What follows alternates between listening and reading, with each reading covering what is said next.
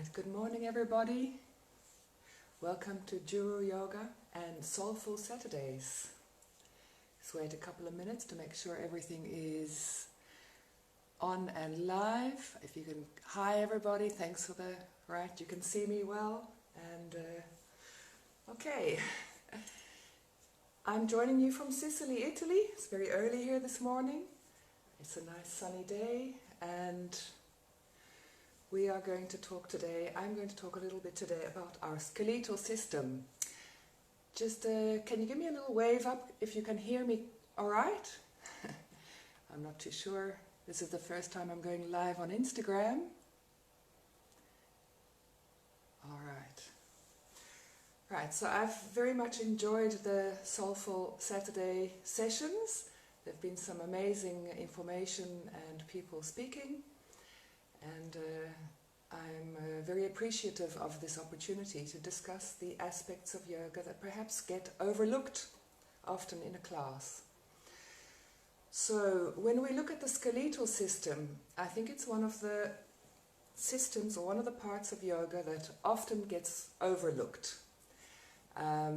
Especially these days when we see beautiful poses of beautiful young super flexible people on Instagram and Facebook and TikTok, and we try to do similar poses and wonder, why can I not get further in this pose? What am I doing wrong? And in fact, you might not be doing anything wrong. There is no such thing as a perfect pose. There's a perfect pose for you or for your skeletal system. And that is because our skeletal systems are all completely different and unique. And I hope today to be able to share a little bit of information about that so that you can understand that and accept your limitations and find a way to work around them.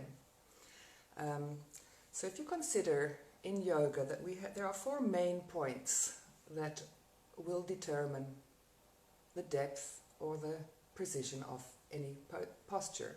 Having said that, that's the precision that is aesthetic, that other people can see.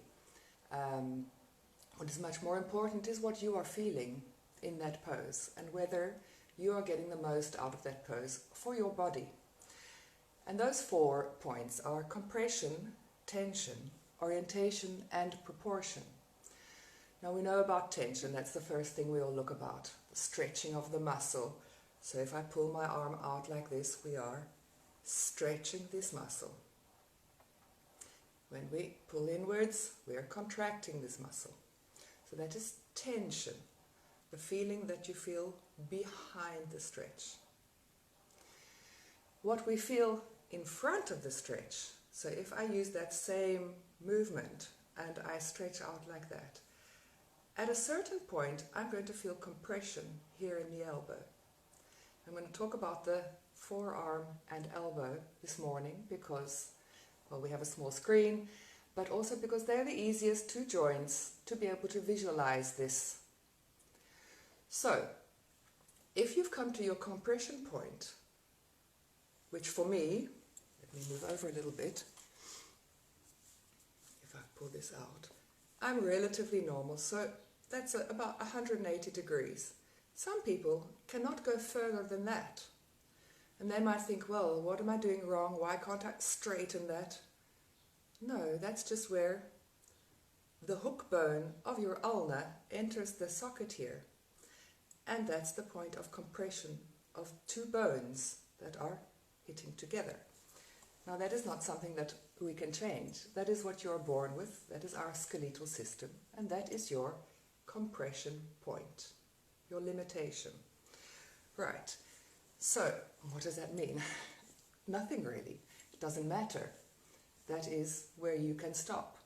Some people have very hyper-flexible range of motions and their arm might come lower down. Where does this make a difference? This makes a difference in postures like downward dog or handstands, or handstands not really because you're keeping it straight.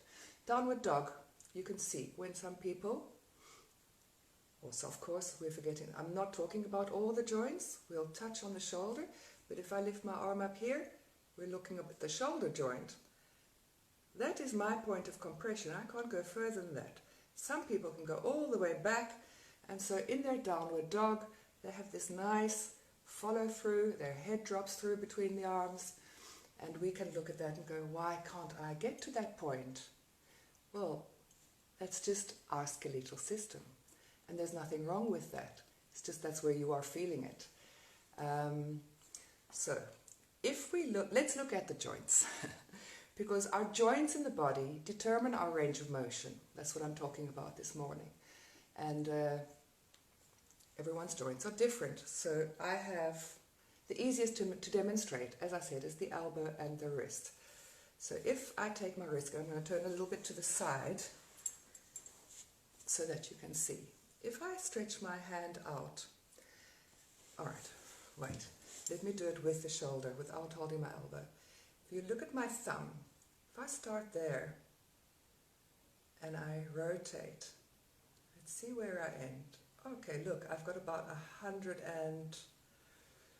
200, maybe 230 degree range of motion, right? But if I hold my elbow straight, if I don't engage my shoulder in any way, we're going to look at the real range of motion, which is there. And that's kind of where it stops, right? Shoulders not moving, I'm only rotating from the elbow. What's happening in there is that that rotation comes from the radius and the ulna. I have my trusty friend here, the hand. This is your ulna. If you look carefully, you will see it has a hook at the top. The radius is loose, it's attached to the hand, and the ulna is attached to the humerus in the socket bone. Now this little, we're talking about the wrist, so come back to the elbow just now. When we rotate that, have a look what happens to this bone. We come across and then we rotate, and at a certain point you're going to get compression in between these two bones. They're going to be touching on soft tissue, and that's where it stops. You can't push it, you can't force it, or you're going to end up with an injury. So this is why compression is really important, to understand the compression, because you don't want to push yourself into an injury. Right, so that said, where does that make a difference? Have you ever noticed how some people struggle to get their hands flat onto the ground? I hope that I can stay with you here. Let's say we're putting our elbows down onto the ground. Now for me, it's not a problem. I can put my hands flat. But with many people who have restricted movement here, they might not be able to get their hands flat on the ground without turning the shoulders slightly, right? So that makes a difference in downward dog, because when you come up, your shoulders might be rotated out a bit instead of inwards. Again, like I said, there's nothing wrong with that. It's just understanding and recognizing your point of compression and accepting it, and then working around that. Right.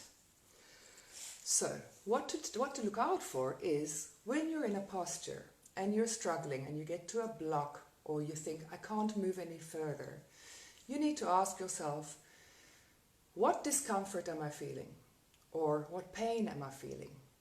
You don't really want to feel pain, but a slight tensile discomfort or stress means we're stretching the muscles and the soft tissues.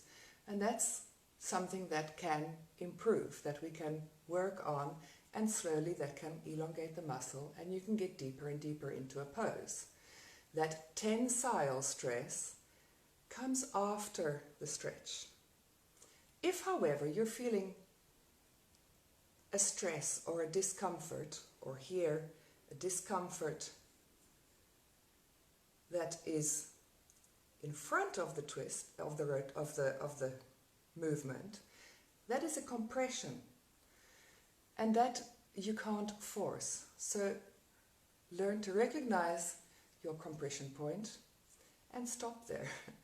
A little bit of compression is not bad. Moderate compression is good for the bones. Bones are living parts of our body. They need a little bit of compression to keep healthy, to keep regenerating. So it's not a bad thing. But of course, if you force it, as I was talking about the elbow, if I come to that and I think, well, I want that more, I push it, I'm going to ultimately hurt myself, right? Because that little bone that we saw earlier, that ulna with the hook bone, that goes into the socket. And every one of us have a different shape. That hook bone might be deeper for some, or shallower, or shorter for some. And the socket where it joins may be shallower, or maybe deeper, which means if it's deeper you can go further. And that is where we need to pay attention. So, I think I've covered that well enough. I hope, are there any questions? Have you followed that so far? Right, so now we've looked at compressive stress and tensile stress, because that makes all the difference in our yoga poses. Ultimately, when we're looking at other people and seeing beautiful poses and we want to go as deep as possible, we're kind of forgetting the essence of yoga and comparing ourselves to others. And are we trying to get into that posture for aesthetic reasons, for our ego? If that's the case, we're going about it incorrectly. We're trying to get into the correct posture for our bodies, to push our bodies to our best. So just remember that too. It's not about the aesthetic picture for anybody else. It's for what you are feeling inside and the energy that you start to feel with that posture. All right. So this applies to all our joints, of course. I can't demonstrate all of them, and some of the joints are more difficult to see. I mean, the pelvic area is surrounded by muscle, thick muscle and tissue, and it's very hard to demonstrate. But the principle is the same. These two are the easiest to see. The shoulder is another one that is pretty easy to see, and where most people have a problem is at the acromion joint here. That is the little shelf bone that is attached to the clavicle and scapula, where your humerus sits into the socket underneath, and then this acromion comes over. In between those are muscles and tissues and tendons. And so if we raise our arm up, straight up, at some point that's going to be as far as I can go. And that is because that's where the bones start to touch. How can we get around that? Well, we can get around slightly by rotating out a bit and moving around that acromion. We can go a bit further back. That's one way of getting around that. But again, take care that you don't try to, for example, if you're in downward dog, that might be helpful because you can go a little bit deeper. But shouldn't be too necessary. All right. The other joints are your neck joint, your lower lumbar.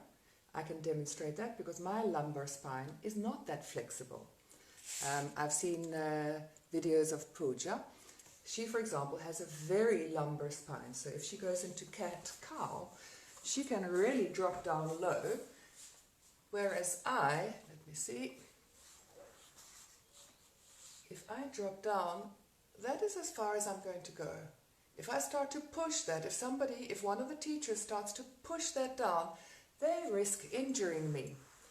Right? I have to push against that to protect my spine. So pushing up, the contraction is deep inside, on the inside of the spine.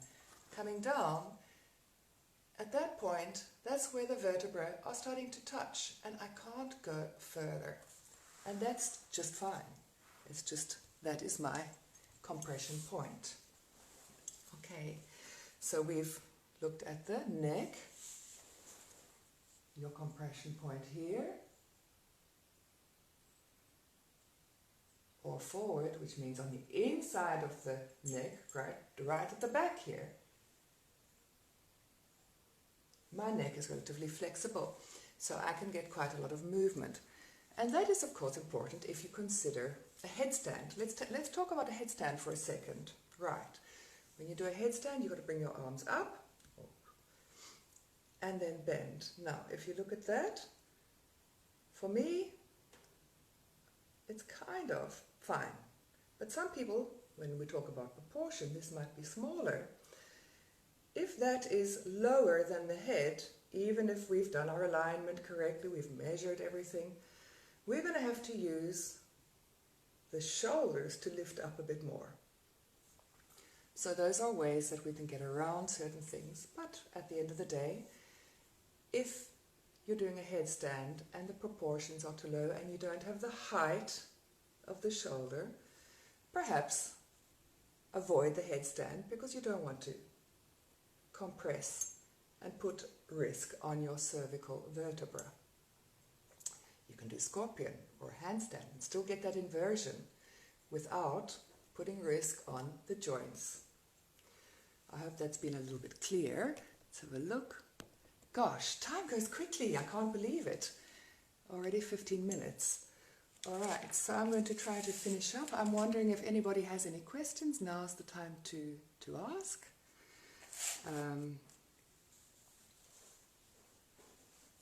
Don't let this stop you from trying, because compression, like I said, is not a bad thing. It's not an evil thing. It's just something that we should be more aware of in our yoga practice, especially as teachers. When you see a student struggling, when you see two students in a pose and they might look the same, they might be feeling something completely different inside their body. And we need to consider if they are turning their elbows out or if they're adjusting or adapting certain parts of their body to get into the pose that we're seeing. And therefore be very, very careful to try to force or push. I always say with alignment, rather touch to demonstrate, just to give the idea where to move, but never try to force a student into a deeper pose without fully understanding that student and knowing their range of motion and compression points. Is there anything else that I'm thinking about that I haven't mentioned? I don't think so. Remember, when we're practicing yoga, if some people might find that compression point straight away. You might be quite flexible anyway, your muscles might be quite elongated anyway, and so you find that compression immediately. Other people, for example, and I can actually demonstrate that right now because I have had or still have a little bit of a shoulder injury. So if you look at this arm and lift it right up, this one, right there, I'm starting to feel pain. If you just turn around and show you. Okay? Now, that's because the tendon, my bicep tendon, and the acromion has a little inflammation. So, I can still move that, and I can work into improving that as the inflammation goes down. But at a certain point, I'm going to reach where the other arm is, and that is my limit. I can't go further. So right now, I'm feeling a pain that is a little bit, it is compression, but it's because of the muscle that is inflamed. There is still space to go. All right, I hope that was clear. No questions. I'll give it one or 2 minutes. And I think I'll just sit in quiet moment. You can join me if you like. Take some deep breaths from the core.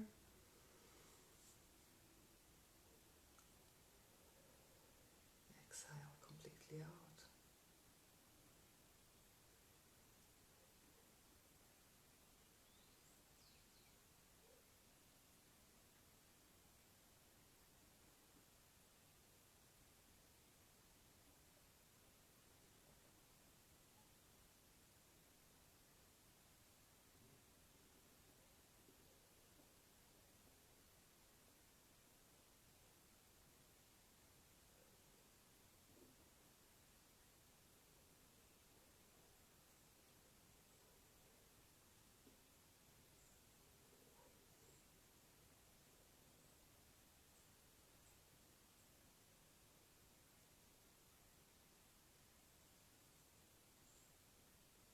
Right.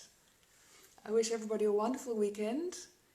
In India it's just gone midday. Here in Italy it's just gone 8:30 in the morning. Wherever you are, have a beautiful day. Thank you for joining us and see you next time.